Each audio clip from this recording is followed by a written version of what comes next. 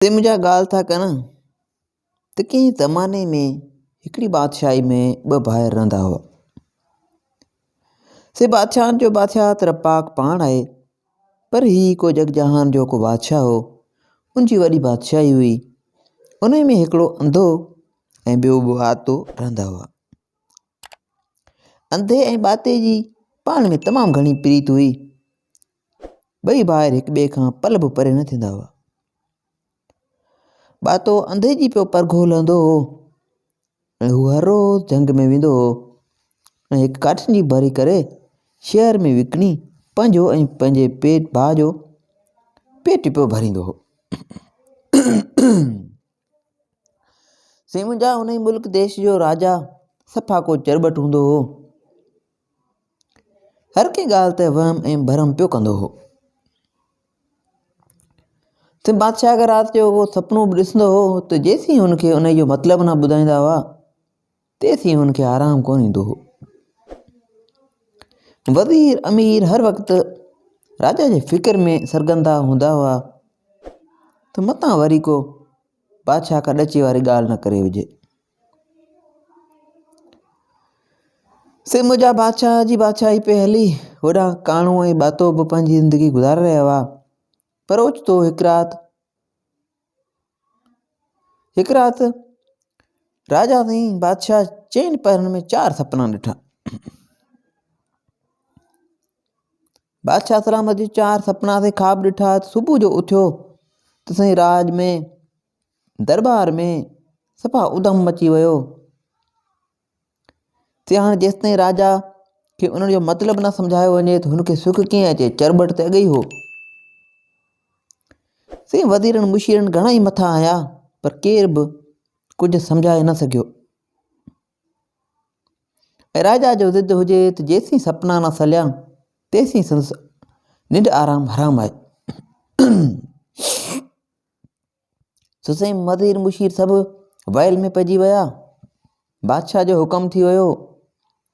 से ॿियो को हीलो वसीलो न ॾिसी नेठि वज़ीरनि बादशाह जे हुकम सां ढंढोरो घुमायो त ॿेली जेको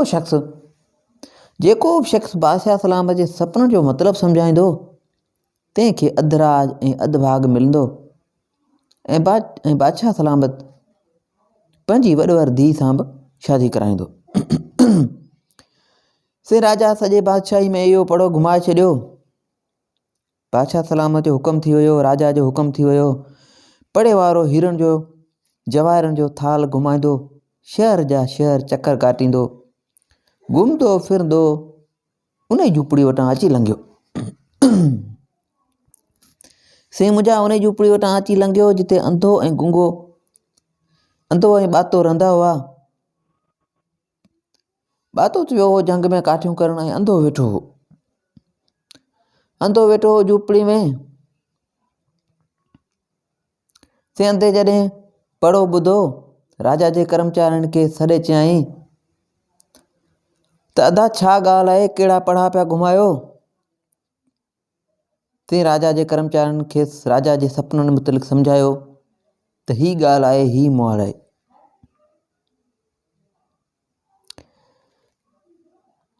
से दरबारी सभु अजब में त अंधो हाणे छा थो चवे। अंधे से चयो त इहो राजा जे सपननि जो मतिलबु आउं सम्झाईंदुसि। दरबारी सभु अजब में पइजी विया त अंधो शायदि थिड़ियो आहे ऐं मौत अची कंध ते सवार थियो आहे, हाणे तो मरे। आख़िरकार ताईं अंधो जॾहिं पंहिंजी ॻाल्हि ते ज़िद करे बीह रहियो, दरबारनि खे सुठी तौरु हीरनि ऐं जवाहरनि जो थाल ॾेई पाण रवाना थी विया ऐं खेसि चयऊं त पूरे हफ़्ते खां पोइ तोखे वठणु ईंदासीं ऐं महल में वठी हलंदासीं ऐं अगरि तो हुननि पिरोलनि जो मतिलबु सम्झायो पोइ तो तुंहिंजी थींदी वाह वाह। जे पिरोलनि जो मतिलबु न सम्झाई त खेसि फाही ते चाढ़ियो वेंदो। बादशाह जो इहो हुकम आहे, पोइ अंधा तुंहिंजी आहे मर्ज़ी। अंधे चयो ठीकु आहे, बादशाह जा जेके शर्त आहिनि मूंखे क़बूल आहिनि, तव्हां भले हफ़्ते खां पोइ अचिजो। सिमजा ॻाल्हि था कनि त शाम जो वक़्तु बातो जॾहिं वापसि पे वरियो त हिरन लालन जे ॻाढ़ी रोशनी ॾिसी भायाई त झूपड़ी कंहिंखां बाहि लॻी वई आहे। सो परे खां ई रड़ करे चयईं त ओ भाऊ अंधा, ख़बर का पवे थी कि अञा झूपड़ी खे अची बाहि वरायो आहे ऐं तूं ऐं जो बेहलको थियो पियो आहीं। उथ उथ, झूपड़ी खे बाहि वकोड़े वई अथई। सिंह हकलो कंदो बातो रड़ियूं कंदो वेझो डोड़ंदो आयो। सिंह ते अंधो खिली चयो त भाऊ बाथा, तूं त मूं अंधे खां बि निपट अंधो थो ॾिसजी। हिते भाऊ हीरनि जवारनि ऐं लालनि जो थाल पियो चमके ऐं तूं चवीं थो त बाहि अची लॻी आहे। सिमजा बातो अची वेझो पुॻो ॾिठाई बाते जो त सही अजब में वात ई फाटी पियो। ए चयईं भाऊ हेतिरा हीरा ऐं जवाहर किथां आया आहिनि, कंहिंखे फुरियो अथई या अलाराधी थियो आहे। सही ते अंधे सॼी ॻाल्हि खे सरबस्ती ॻाल्हि करे ॿुधाई त राजा जूं पिरलियूं सलण लाइ जे अंजाम लाइ खे सूसी तौरु इहो थाल हीरनि जवाहरनि जो चमकंदड़ थाल सूसी तौरु मिलियो आहे। साईं इहा ॻाल्हि ॿुधंदे ई वीचारे बाते जूं त 2 बि वयूं त 6 बि वयूं। ॾाढो अची परेशान थियो ऐं भाऊ खे चयईं त भाऊ तो ही कहिड़ो कचो कमु कयो आहे। घुरी मौत वरितो अथई, हाणे मां तोखां सवाइ अकेलो हिन दुनिया में कीअं रही सघंदुसि। अंधे साईं बाते खे चयो ऐं आफ़त नुंहुं त अदा तूं फिकर न कर, मां पाणे पिरोलियूं सलींदुसि। जे न सले सघियसि त बि हिन थाल में एतिरो नाणो आहे जो तुंहिंजी सॼी उमिरि सुख सां गुज़री वेंदी। पर साईं बाते खे आथत कोन आई ऐं ॾाढो ॾुख ऐं परेशानी में ॾींहं गुज़ारण लॻो। हिकु ॾींहुं 2 ॾींहं बातो परेशान हो पंहिंजे भाउ लाइ। से 2 ॾींहं जो सुबुह जो उथियो बातो ऐं ॾाढे फ़िक्र में हिकु पैसे जा चणा वठी उन्हनि खे चॿींदो चॿींदो झंगल ॾांहुं रवानो थियो।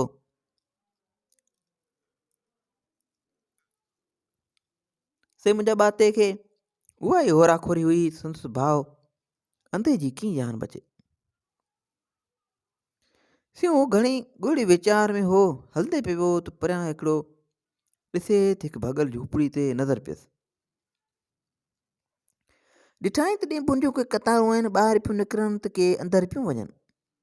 अंदरि वञी ॾिठाई त सॼी झूपड़ी जे हिकु कुंड में हिकु ॾेंभुनि जो मनारो आहे, जंहिंमां ॾेंभू पिया अचनि ऐं वञनि। ॾाढे वीचार में पइजी वियो। से बातो ॾाढे वीचार में पइजी वियो ऐं वीचार कंदे कंदे नेठि हिकु ॻाल्हि संदसि मन में अची पई। मन में ॻाल्हि सुझी आयसि ऐं काठियूं करे तकिड़ो तकिड़ो घर वापसि मोटियो। जॾहिं ते झूपड़ी जे वेझो पहुतो त पंहिंजे भाउ खे चयईं त भाऊ अंधा अचई थी, मतिलबु त भाऊ मां तोखे पिरोली थो ॾियां। अंधे भरां ॾिस, ओ भाऊ बाता भली अचे। तॾहिं बाते चयो जा खणी कंद खणा त कान्हे बसि बिहार, जा खणी कंद खणा त कान्हे बसि बिहार, माना कतार जी का दंगी कान्हे। अंधे चयसि अदा इहा वेई, मतिलबु मूं पिरोली भॻी। पोइ चयईं घर में घर हिकिड़ो, घर में घर घणा, चबंदे चणा, मूं ॾेंभू ॾिठा हुजनि ॾोह डर में।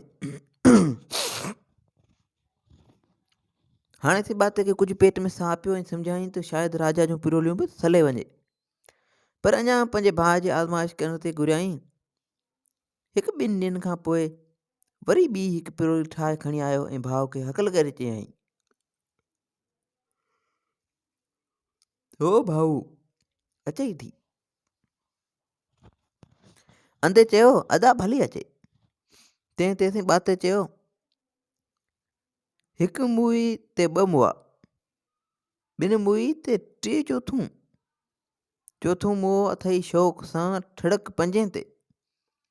ते थो अंधो जवाबु ॾेसि जर मच्छी पट मिरूं पखीड़ो आकाश, मारी मोह अथई शौक़ मां नांग नज़र पियास।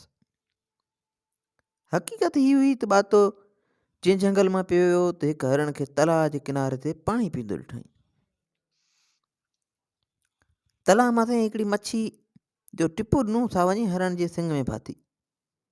मथां हिकिड़ी सिरण पिस लंघी तंहिं मच्छी ते लामारो ॾेई जीअं त शिकार झटियो तां पाण वञी सिंग में फाथी। परियां जो साईं हिकिड़ो शिकारी बीठो हो, तंहिं तकड़ तकड़ में तीर कमान छिके हईं त हिक ई वक़्त ते टे शिकार कयईं। जीअं बोध में भरिजी पे वियो त ओचितो हिकु नाग ॾंगे विधसि ऐं संदसि हथ मां कात छॾाइजी वई जा वञी नाग ते किरी।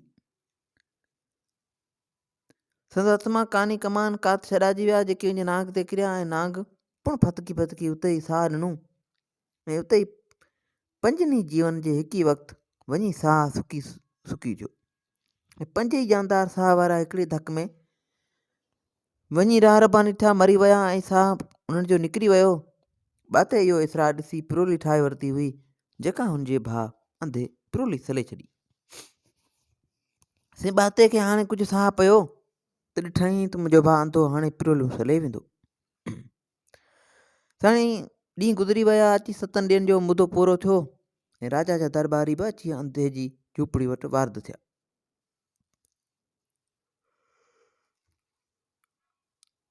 से मुंहिंजा अंधे पंहिंजे भाउ बाते खे चयो त अदा अॼु तूं काठियुनि ते न वञ पर मूं सां तूं राजा जे दरबार में हल। आऊं अंधो माण्हू मतां मूंखे तुंहिंजी वार जी किथे ज़रूरत पवे। बातो साईं ख़ुशी सां पंहिंजे भाउ सां गॾिजी राजा जे दरबार रवानो थियो। बादशाही दरबार में सी ॿई भाइर ॾाढे शान शौक़त सां अची दरबार में पहुता। दरबार में अमीर उमरा ऐं वज़ीर मुशीर वड़ा पंहिंजनि जॻहियुनि ते वेठल हुआ ऐं सभिनी जूं अखियूं अंधे में खुतल हुयूं त कीथो राजा जे पिरोली जो जवाबु ॾे। से अंधो बि ॾाढे दबदबे सां राजा जे दरबार में दाख़िल थियो त सभु दरबारी उथी अदब सां उथी बीठा ऐं राजा खे झुकी सलाम कयूं।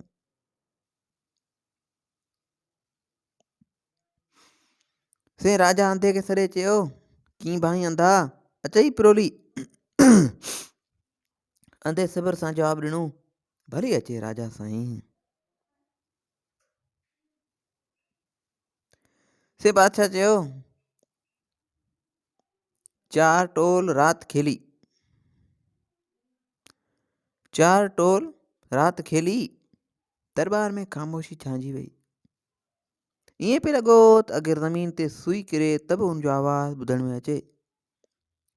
दरबारी अचरब में हिक ॿिए ॾांहुं निहारण लॻा। आख़िर थोरी देरि रखी अंधे वराणियो, बादशाह सलामत पंहिंजी गुज़ारिश जो जवाबु ॿुध। राजा सुतो हुए निंड में मथां चादर पाए, बाहि ॾिठी हुई बरंदे तुंहिंजो मुल्क जलियो आहे। खीवा ॾिठी हुई खजंदे तुंहिंजो मुल्क वसियो आहे। तोतो ॾिठो हुई बाग में लटकियो अंब वणे। ॿार ॾिठो हुई निंड में छिनू माउ थणे। जे इहा ॻाल्हि वणे त परिणामूं परे मुड़ुस खे। से बादशाह जवाबु ॿुधी ॾाढो ख़ुशि थियो ऐं चौधारी वाह वाह वाह वाह थी वई। ॻाल्हि ही हुई त बादशाह सलामत राति जे पहिरें पैर में ख़्वाबु ॾिठो त वॾी बाहि लॻी आहे जंहिंमें संदसि मुल्क जली रहियो आहे। से ॿिए पैर में ॾिठाई त ज़बरदस्त बरसाति पई आहे ऐं मुल्क वसी पियो आहे ऐं 4 तरफ़ रौनकूं थी वियूं आहिनि। 3 पैर में ॾिठाई त गरम हवा अचनि लुक जे करे हिकु अंब अहिड़ो त सड़ी वियो आहे जो जीअं हिकु तोते अची उन में चूं भई त उते जो उते मरी वियो ऐं उन टारी में टंगिजी पियो। 4 पैर में ॾिठाई त हिकु ॿारु माउ जे थञ पी रहियो आहे पर जीअं माउ निंड में पासो वारायो त ॿारु रोई रहियो आहे। ते बादशाह जवाबु ॿुधी ख़ुशि थियो पर ॿिए तरफ़ अची ॻणती वारायसि त पंहिंजी धीउ जी शादी हिकु अंधे सां कीअं करायां। अंधे सां शादी कीअं कराईंदुसि? वज़ीर सां सलाह कयईं जंहिं हिकिड़ी ॾाप ॾिनसि। जंहिं सलाह ॾिनसि त बादशाह सलामत नूर ॾींदड़ सुरमे जो हिकु सराई, नूर ॾींदड़ सुरमे जी हिकु सराई सिर्फ़ु हिकु पासे भरे था अंधे खे ॾियूं। जंहिं मां संदसि हिकु अखि में नूर अची वेंदो ऐं पोइ असीं खेसि चवंदासीं या त ॿी अखि जो नूर घुर या शहज़ादी जो संग घुर। बादशाह खे सलाह असां ॾाढी वणी, सो हुकम कयईं नूर ॾींदड़ सुरमी जी सराई सिर्फ़ु हिकु तरफ़ भरे अंधे खे ॾियो ऐं चओसि त सुरमो पाए संदसि नज़र मोटी अचे। अंधे खे जॾहिं सुरमे जी कहानी मिली त भाउ खां पुछियईं त भाउ बाता बाता ॾे ख़बर कहानी ॿिए तरफ़ भरियल आहे या सिर्फ़ु हिकु तरफ़। संदसि भाउ खेसि आगाह कयो त सराई सिर्फ़ु हिकु तरफ़ भरियल आहे। से मुंहिंजो अंधो ॾाढो सियाणो हो, सो ॻाल्हि खे सम्झी ताड़े वियो ऐं सराई जो उहो पासो खणी वात में विधाईं। चकण सां खेसि मालूम थी वियो त सुरमे में कहिड़ियूं कहिड़ियूं शयूं मिलियल आहिनि। पोइ पंहिंजे भाउ खे साण करे हू बाज़ार मां उहे शयूं ख़रीद करे वठी आयो ऐं सुरमूं ठाहे सराई भरे ॿिन्ही अखियुनि में विधाईं। पोइ साईं संदसि ॿिन्ही अखियुनि जी नूर मोटी आयसि ऐं माण्हू जहिड़ो माण्हू थी पियो। हाणे त बादशाह लाइ साईं ॿियो को बि रस्तो खुलियल न हो। नेठि पंहिंजे राज जो अदब ॾिनाईंसि ऐं पंहिंजी वॾवर धीउ सां परणायसि ऐं पंहिंजी वॾी धीउ जी धाम धूम सां उन अंधे सां शादी करायईं। से पोइ उहो शख़्स पंहिंजे मुल्क जो राज कारोबार हलाइणु लॻो ऐं पंहिंजे भाउ खे खणी वज़ीर बणायईं। पोइ हू ॿई ॼणा पंहिंजी बाक़ी ज़िंदगी जा ॾींहं ख़ुशि गुज़ारण लॻा। ते मुंहिंजा उमेदु आहे हीअ कहाणी तव्हांखे पसंदि आई हूंदी। हिन क़िस्म जूं वधीक कहाणियूं किसा ॿुधण जे लाइ असांजे यूट्यूब चैनल खे सब्सक्राइब करियो ऐं फेसबुक पेज में फॉलो करियो। दुआनि में यादि रखंदा। अल्लाह हाफ़िज़।